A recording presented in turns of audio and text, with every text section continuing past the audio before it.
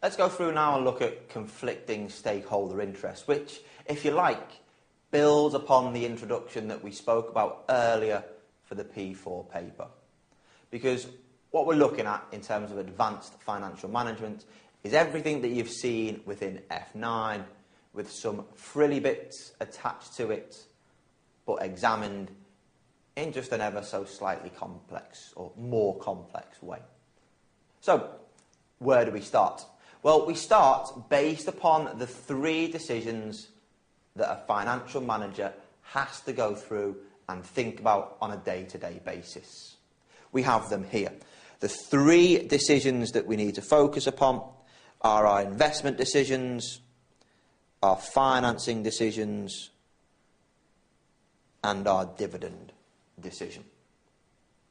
And the best way that we can go through and look at those decisions is by just drawing ourselves a small diagram. Now, if we go through there and think that throughout this course we are there in the role as a director, don't think about yourself as a student sitting the P4 exam. You are there as a director. You've had a rapid rise in these last few minutes there as a senior financial executive. Because what you have to do is you have to run that business on behalf of the shareholders. And what we have to do in terms of our decisions, the first one is looking there at what I refer to as your investment decisions. So we are looking there to invest within a project. Now, quite simply, that project could be the purchase of some new non-current assets, so some new equipment, or it could be looking at the acquisition of a company. So that's the investment decision that we need to make. Should we go through and buy the new non-current asset? Should we acquire that new company for the shareholders? How do we go through and make that decision? Well, for now, we'll just think about your basic investment appraisal. We can go through there and think about that in terms of your MPV, your IRR, your payback, and then your accounting rate of return. Remember, your ARR very much focused upon your profits. So that's the first decision that we have to go through and look at, your investment decision. Once we've gone through and decided that we are going to accept that project based upon our investment appraisal techniques, we then have our financing decision. So that is going through and saying, right, we need £10 million to invest and purchase this new equipment. How can we go through and do that? Well, we can go through and look at equity. We can look there at debt, or what we can look at there is, I'll call it, other forms of finance. So, what forms of finance exist in terms of equity? Well, we could go through there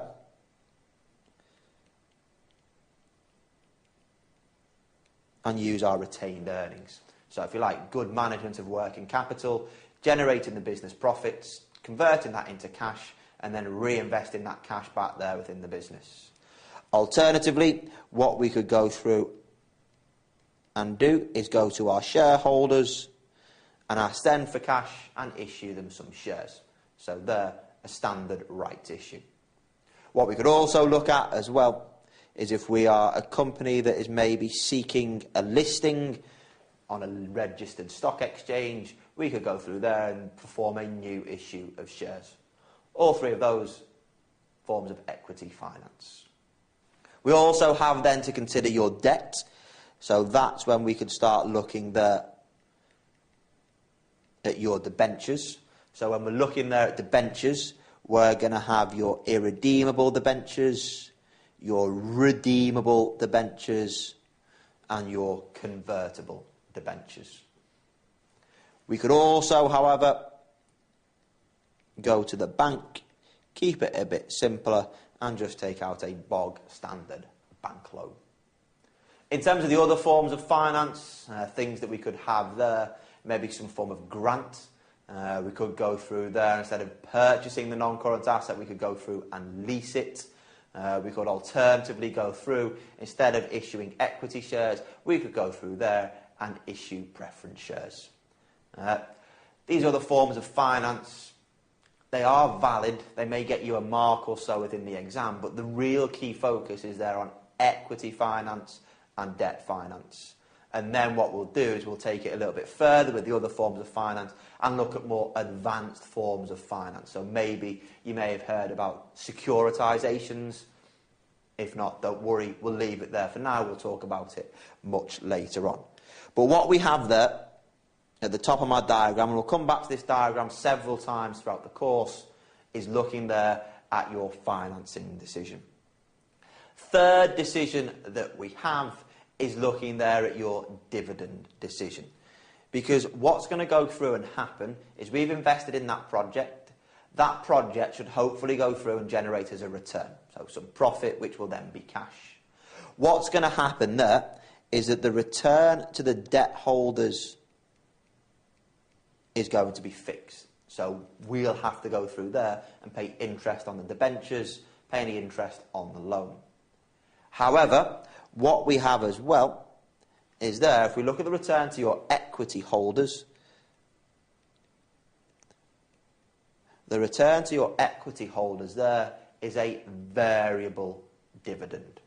So there, that return, that variable return, is your dividend. And that brings us quite neatly to the third part of advanced financial management, looking there at your dividend decision. What do we mean? Well, it's quite simple. Do we pay a dividend to the shareholders? If we are going to pay a dividend, how much are we going to go through and pay to those shareholders? Because if we don't pay a dividend, then that's good from a company's perspective, and that it means that we keep the cash. That cash can be invested in a positive NPV project and generate more cash in the future. However, from the shareholders' perspective, that's not so good if you have been expecting a dividend over the course of the financial year. If you don't receive a dividend, that could go through there and, from the company's perspective, signal some sort of financial distress as the shareholders read into it that they are no longer going to receive the cash. So we need to look there at the dividend decision. Again, it's stuff that we've seen before. We've seen dividend theory with Modigliani and Miller's theory, and then looking there at the traditional theory on dividends. But what I'd like you to do is just make sure that you've got that diagram drawn up somewhere on a separate page of paper. Keep it handy, because what we're going to have to do is not just look at each of those decisions in isolation, but try and bring them together when we try and offer advice to any business. With regards to ownership and control, this isn't really anything new that we're about to come across. It's stuff that you've already seen from F9. Remember, what we have there, in terms of your company, the company has its owners. Those owners could be you or I, could be there as the shareholders.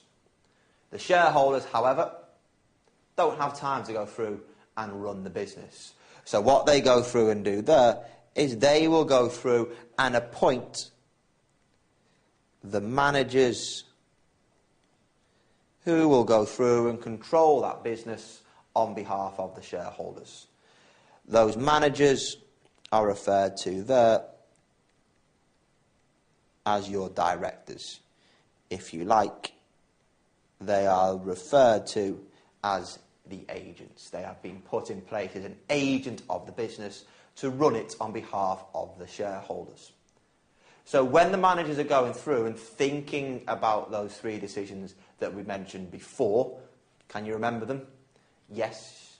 Number one was there your investment decision.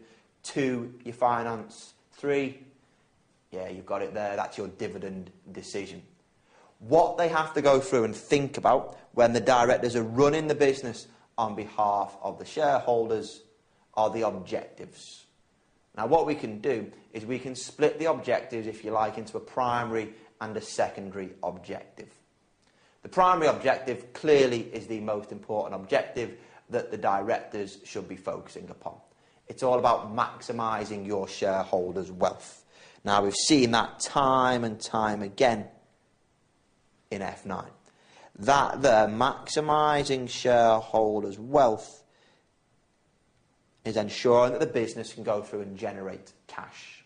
So if we go back and look at our diagram that we had before, when we are appraising any project, we need to ensure that our investment appraisal technique goes through and produces or maximises the amount of cash available to the shareholders. How do we go through and generate cash? How can we go through? And if you like, can we measure it? It comes back to your dividend decision. So there, if we can go through and increase the level of dividends that we pay to the shareholders, that will increase their cash. Also, what we have is if it's a listed company, by investing in projects with a positive NPV, that will go through there and feed through to the share price. The share price will increase. If you've got a higher share price, you can then sell that share for a higher amount, so therefore generate more cash. However, what we also need to think about is there may be some other objectives that a business will have. So looking there at your secondary objectives. Now, we don't have an exhaustive list of secondary objectives. That can be any objective that is then set for the directors, if you like, by the shareholders. But what we can do is just look at a few. So examples that we could have could be there an increase in your sales growth. So if you like, an increase in your market share. The more share of the market that you have, the more sales you will generate. Hopefully then that will help then satisfy your primary objective as well. Should hopefully maximise shareholders' wealth. We can also go through there and think about a reduction in your costs. If you can go through and effectively manage your business by reducing the cost base within it, so maybe going through and getting rid of some of the fixed costs that you have within the business, that should then go through and hopefully again help you meet your primary objective. The secondary objective is to reduce the costs, but that should go through and help us with our primary objective. Other things, if you tie those two together, should hopefully go through and increase your profits. Again, that's where, if you like, a little bit of working capital management comes in, because if you increase your profits, we can hopefully then go through and convert that into cash. Other secondary objectives that we can go through and think about could be there maybe an increase in your earnings per share, a common investor ratio. Shareholders want to see that they have more earnings attributable to their share each individual year. Doesn't necessarily mean that there will be an increase in shareholder wealth, and we'll see why that may be later on. But a common secondary objective as a business is to go through there and increase your earnings per share. So that's one ratio that you could have in terms of a secondary objective. Other one is there increasing your return on capital employed, your ROCE, as some people prefer to call it. Again, that's looking there at trying to increase the level of profits that you generate based upon the capital base that you currently have. Again, if you can go through and maintain a level of profits with a smaller capital base, that should go through and increase your return on capital employed. Hopefully that will then feed through to generating more cash and more wealth as your ultimate primary objective. Whenever you're going through and looking at all of these, if you like, secondary objectives, what we have to do whenever we're making that decision, we always need to go through there and think about risk. Can we go through and reduce the level of risk? Wouldn't it be great if we could go through and increase our level of sales without increasing the level of risk?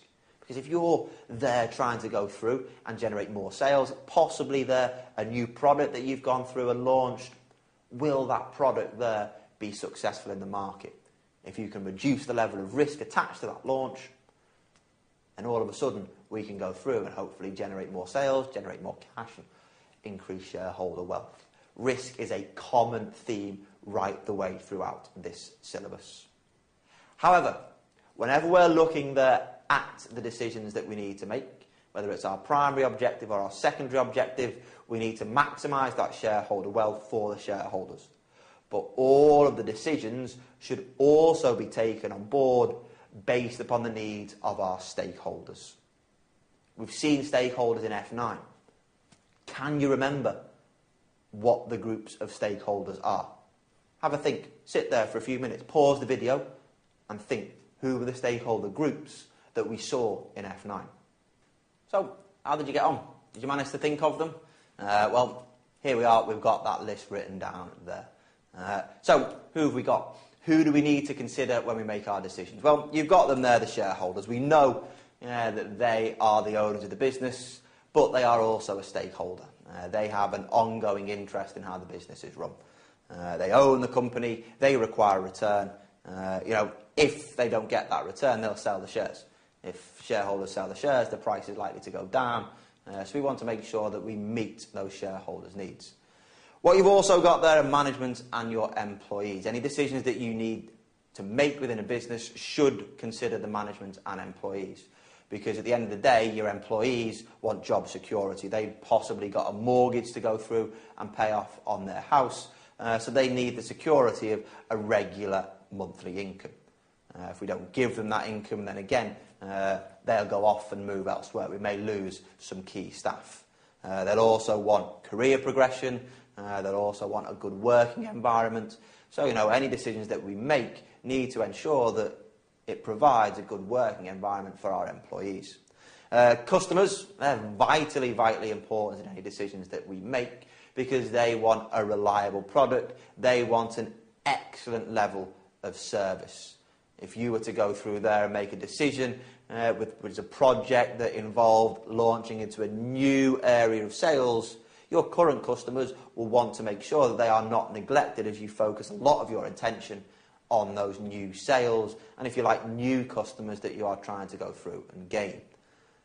On the other side, you're looking there at your suppliers, the people who we buy the goods from.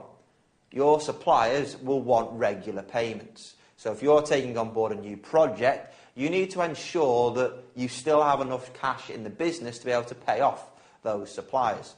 Because if you don't pay off your suppliers on a regular basis, they may not grant you credit. They may, worst of all, may not even go through and supply you any goods. If you've got no goods to be supplied, then there's no goods to be sold.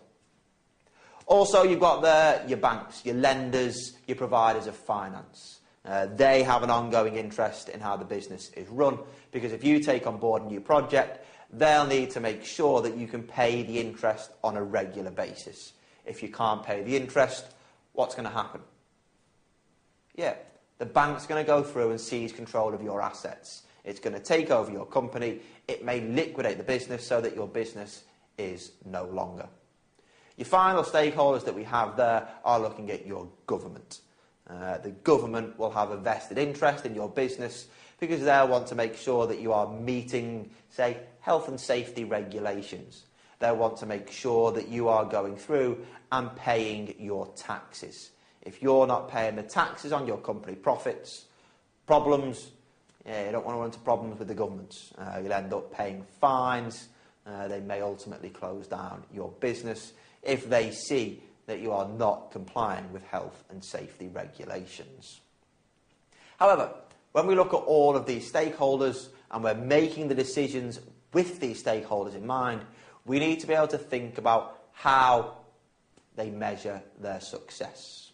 You've seen this all in F9. It's actually nothing new. It's just brought forward from the F9 videos. What you have there, if you look at all the individual stakeholders, we've listed them out, and look there at what measures of success they are looking for. So we've seen most of them before. If we're looking there at your shareholders, they will see a successful decision as if it increases your dividend or increases your share price. If you're going through there and looking at your employees, they'll want an increase in salary, they'll want promotion, security will be seen there as a sign of success.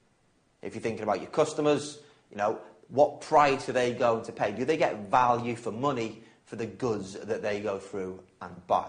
They don't want to pay you money for the goods that you supply them with, only for in the future those goods to be found as faulty. That will go through and lead to a bad reputation for your company. Other stakeholders that we have are looking there at your suppliers. As we said before, they want a good price that you are going to pay them for the goods that they supply, and they also want regular payment. For your lenders, they want their security. They want to ensure the company maintains liquidity. So if we're going back to ratios that we said were a key part of the F9 syllabus, which feed through into P4, we're thinking there of current ratios, quick ratios, or if you like your acid test, looking there at your current assets, excluding your inventory divided by your current liabilities. Ring a bell? It's there somewhere. It'll all come flooding back to you sooner or later. And then the last group of stakeholders there, looking at measures of success, looking there, employment, and are we going through there and making good investments to help the local economy. However, when we're going through and making these decisions and considering our stakeholders, we can also have conflicts between the stakeholder groups. So if we're looking there at your employees and your shareholders, we could have conflict between, say, the shareholders and the employees. We mentioned before that employees want the security of a monthly salary. That monthly salary involves the business paying cash to the employees. If they're key employees, they will get a higher salary, they will get promotions. However, shareholders want a dividend. In order to get paid a dividend, they need cash. Now, if your cash is going to your employees, you're going to get a little bit of a conflict. If you think about the banks, that's always very topical these days. Banks and the directors, they run the business on behalf of the shareholders. They get paid very large bonuses. That's where a lot of the cash goes. That may not be what the shareholders wish for. That bonus could have been paid out as a dividend. Other conflicts that we could have could be there between, say, your customers and your shareholders. Your customers, they want you to sell the goods to them at the cheapest possible price. But if we sell the goods at the cheapest possible price, we're not getting any cash in or as much cash as we possibly could from our customers. If there's not as much cash, then unfortunately the shareholders may not get as high a dividend as they wish. Other conflict could be there between customers and suppliers. If you are getting supplied goods by your suppliers and the price is going up and up and up, what will we do as the directors? Well, if costs are going up, we want to maybe pass that cost increase on to our customers, but that will then go through and lead to a conflict because the customers don't want to pay the higher price, but the suppliers want to charge us a higher cost to supply those goods. Again, more conflict that there could be. If we go through then and just summarise some of the other conflicts that we may have, so we have them listed there. We've got the conflicts there between your shareholders and your employees that we mentioned previously. Ones that we haven't seen there, conflict between your customer and your employees. We are customers of various different companies. We have our own bank accounts. We want to be able to access our bank accounts 24 hours a day, 7 days a week, 365 days a year. That will entail, if we're not using internet banking and maybe a call centre, that there's there someone to man the call centre all the time. The biggest conflict that we have, however, is then looking at what we refer to as agency theory. Now, we've touched upon agency theory already because we've already spoken earlier on about control and ownership, whereby we said there that the directors of the business are there as the agents of the business, operating on behalf of the shareholders, the owners of the business, who, if you like, are the principal. And what we have here are 5 areas whereby there could be conflict between what the management wants and what the shareholders want. Remember, shareholders want cash. They want their wealth to be maximised. Well, what you could have there, directors' pay. Directors want to have the highest possible pay. However, the higher their pay, we mentioned bonuses before, that then leads to less cash from the shareholders. But again, we need to balance up that conflict with the fact that if we pay higher wages, higher bonuses, then we're going to attract better quality directors to be able to run the business and maybe then generate more wealth for the shareholders. Again, it all needs to be balanced up. You've also got what's referred to as short-termism. Problem there is that shareholders are there within the business for the long run. You buy some shares with the hope of owning that business for several years. However, directors, they tend to look at things on a short-term basis. They want to try and go through and build up sufficient amounts of cash in the business within the quickest amount of time. So the decisions that the directors are basing their decisions on may not be on the same time scale as what the shareholders are wishing the directors to make those decisions on. Again, that goes through there and leads to conflict. Other one is looking at risk. We saw a little bit of this in F9, whereby your shareholders may hold a portfolio of shares. If they hold a portfolio of shares, that will go through and diversify away some of their specific risk. They're then left faced with what we refer to as the systematic risk. Problem is that directors may go through and not give the shareholders the returns that is required for the level of systematic risk that there is within this business. They may go through and take on board other more risky projects which are against the risk profile of what the shareholders have. Other areas that we have are looking there at status. Status and empire building, if you like. I put them there separately, but we could, if you like, look at them combined. Directors, very high-flying role, lots of status attached to it. They may wish, if you like, to go through and grow their CV. So if they want to go through and look at another job later on in life, they will get that job because what they've done in the past has been very, very successful. If you like, they've built up a little empire. They've made acquisitions more and more. They've built up a bigger business. That director has been in control of that business and they've managed it well. However, just because they've managed that bigger business well doesn't necessarily mean that the directors have increased the shareholders' wealth. If they've taken on businesses through acquisition that have an increased shareholders' wealth, that's against what the shareholders wish. However, it's good from a director's perspective. Why? They've built up a bigger empire, they've got more status. That's better for them later on in life, but that's not what the shareholders want. So, what we have to go through and do there, if you like, leads us into the next topic that you can then go through and look at. How do we ensure that the decisions that the directors are taking are in the best interest of the shareholders, and how is that communicated? Are the directors being effective in the role that they are given? And what we have there is referred to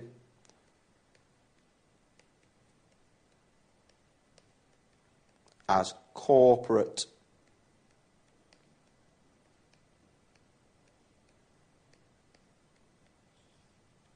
governance, which is what we'll see within the next video.